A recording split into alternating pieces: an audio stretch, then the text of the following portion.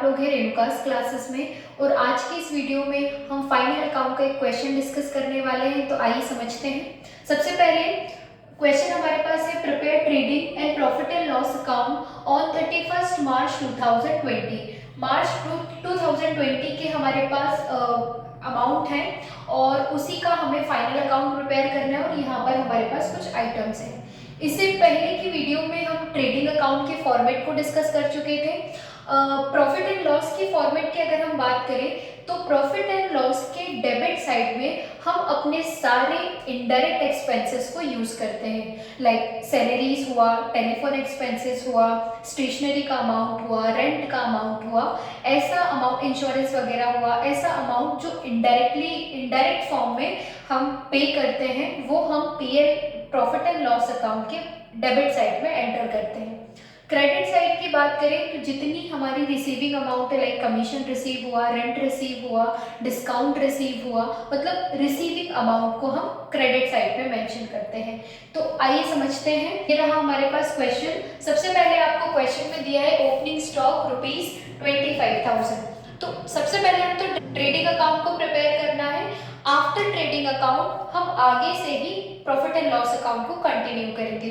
तो यहाँ पर समझते हैं। सबसे पहले हमारा कॉलम्स जो रहेंगे सेम रहेंगे, पर्टिकुलर्स अमाउंट डेबिट साइड के सेक्शंस और यहाँ पर क्रेडिट साइड। सबसे पहले डेबिट साइड पे हम लिखेंगे टू ओपनिंग स्टॉक को हम डेबिट ट्रेडिंग अकाउंट के डेबिट साइड एंटर करते हैं।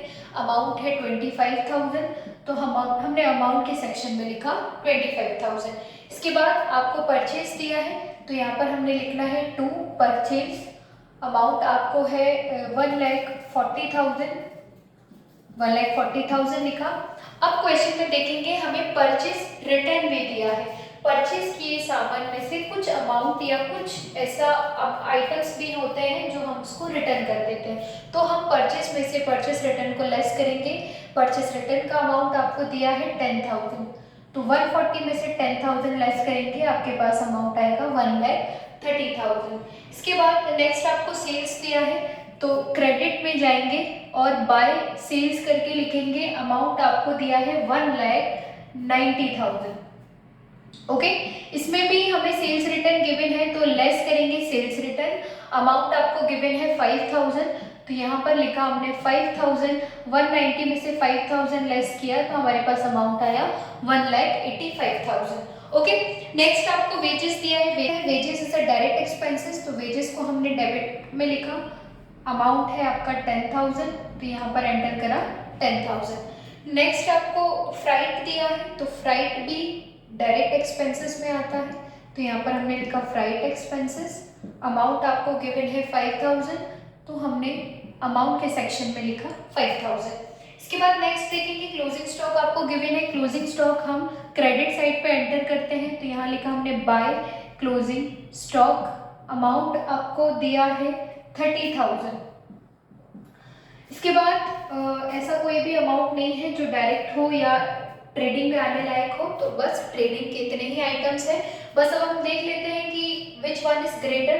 तो हमें दिख रहा है कि क्रेडिट साइड का ही टोटल ज़्यादा है, तो क्रेडिट का हम टोटल कर लेते हैं 0, 0, 0, 5, 8, 3, 11, 2, यानी कि 2,15,000।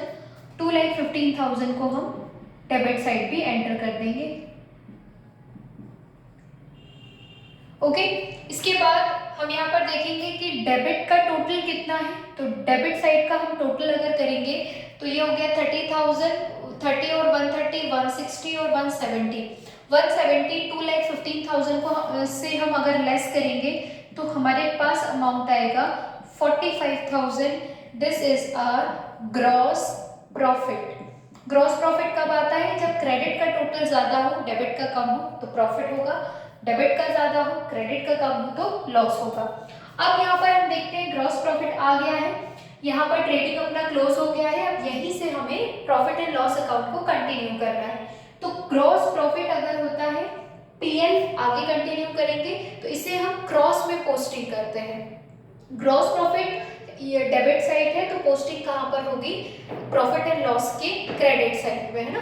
तो यहाँ पर हम लिखेंगे बाय ग्रॉस प्रॉफिट। अमाउंट कितना है 45,000, तो यहाँ पर हमने लिखा 45,000।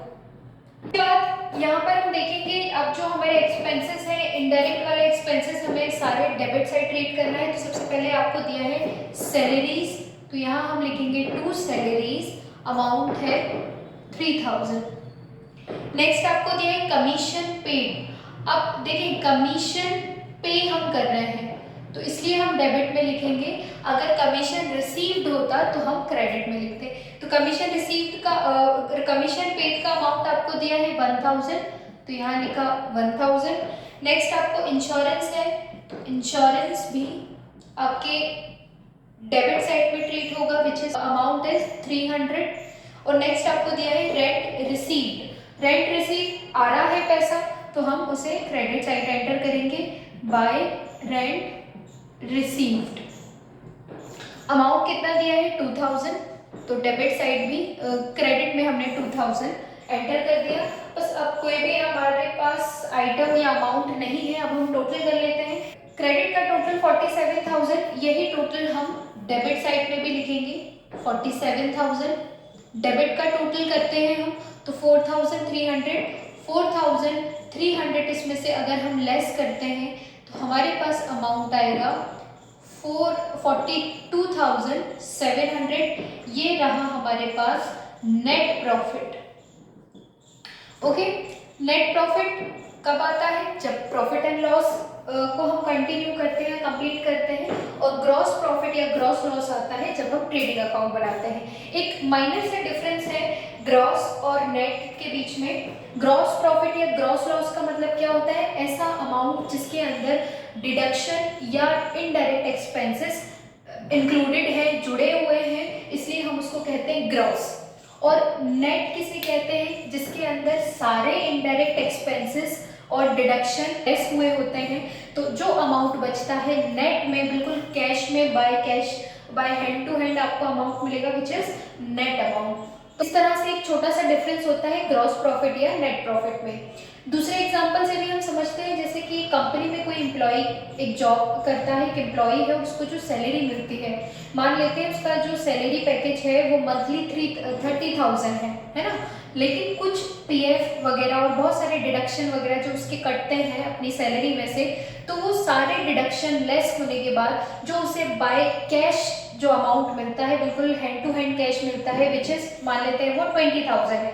मतलब 10,000 का जो डिडक्शन हो रहा है उसको कट करने के बाद जो कैश का अमाउंट है वो है 20,000। तो जो 20,000 कैश का अमाउंट है विच इज नेट सैलरी। और जो 30,000 की जो सैलरी है जिसमें सारे डिडक्शन, इनडायरेक्ट एक्सपेंसेस और जो भी अलाउंस वगैरह इंक्लूडेड है, विच इज 30,000। तो जो 30,000 हुआ वो ग्रॉस सैलरी हुई, और जो 20,000 हुआ बाय हैंड उसे मिल रही, बाय कैश के फॉर्म में मिल रही, वो हुआ उसका सैलरी। तो इस प्रकार से एक छोटा सा डिफरेंस होता है नेट और ग्रॉस में। यहाँ पर हमने ट्रेडिंग अकाउंट को कंप्लीट किया और प्रॉफिट एंड लॉस अकाउंट को कंप्लीट किया। नेक्स्ट वीडियो में हम बैलेंस शीट को सीखेंगे, उसके फॉर्मेट को क्लियर करेंगे। तो नेक्स्ट वीडियो को भी जरूर देखें। वीडियो को लाइक, शेयर एंड सब्सक्राइब करें। मिलता है नेक्स्ट वीडियो में। टिल देन टेक केयर, नमस्ते।